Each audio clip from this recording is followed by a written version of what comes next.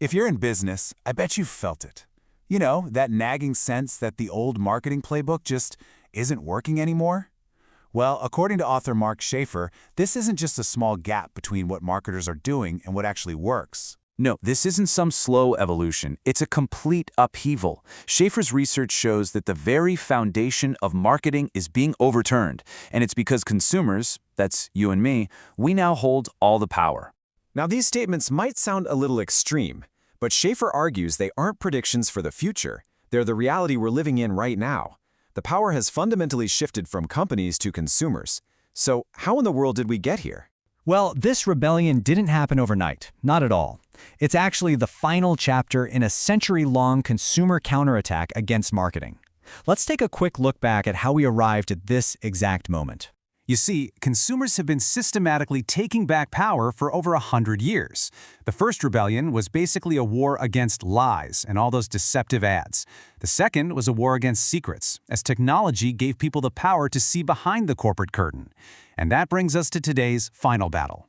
This third rebellion is all about the end of corporate control. Companies can no longer dictate their own story. And there's a perfect example from the book that contrasts the old world of marketing with our new reality.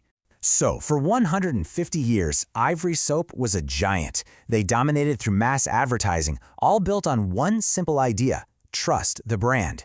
But today, it's being outsold by small, local soaps. So you have to ask, why would anyone pay 10 times more for a handcrafted bar? The answer to that question reveals everything about this new age. And there it is. That's the core of the rebellion. People don't connect with logos or jingles anymore. They connect with other people, with a purpose, with a story they can actually believe in. They trust the human hands behind the product. And this leads to a completely new metric for success. So, forget advertising impressions. What matters now are human impressions. We're talking about the real, authentic, peer-to-peer conversations that are driving business today. And the scale of this shift is, well, it's staggering. Let that sink in for a moment. Landmark research from McKinsey shows that 2/3 of the touchpoints that influence a purchase are now consumer-driven activities. It's word of mouth, online reviews, social media posts. Your customers are running the show. Okay, so if the old rules are broken and consumers are totally in control, what can we possibly do? How do you build a strategy in a world that's constantly changing? This quote from Jeff Bezos really points to the answer.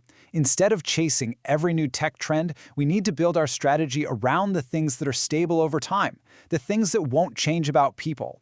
And this brings us right to the book's central thesis. The most automated company won't win. The most human company will. The winner is the one that connects with fundamental human truths, using technology simply as a tool to serve those unwavering needs. So the path forward is built on these 5 constant human truths. It starts with making people feel loved and connected, which then fosters a real sense of belonging to a community. That community then looks for proof of value, not just for themselves, but for the whole group. This leads to a desire to connect with brands that have a real purpose, a shared meaning.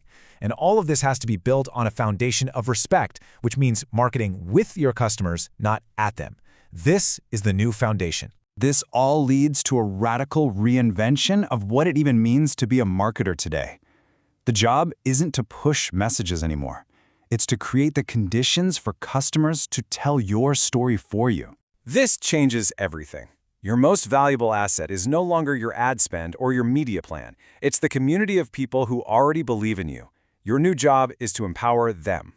So this leaves us with one critical question to ask ourselves.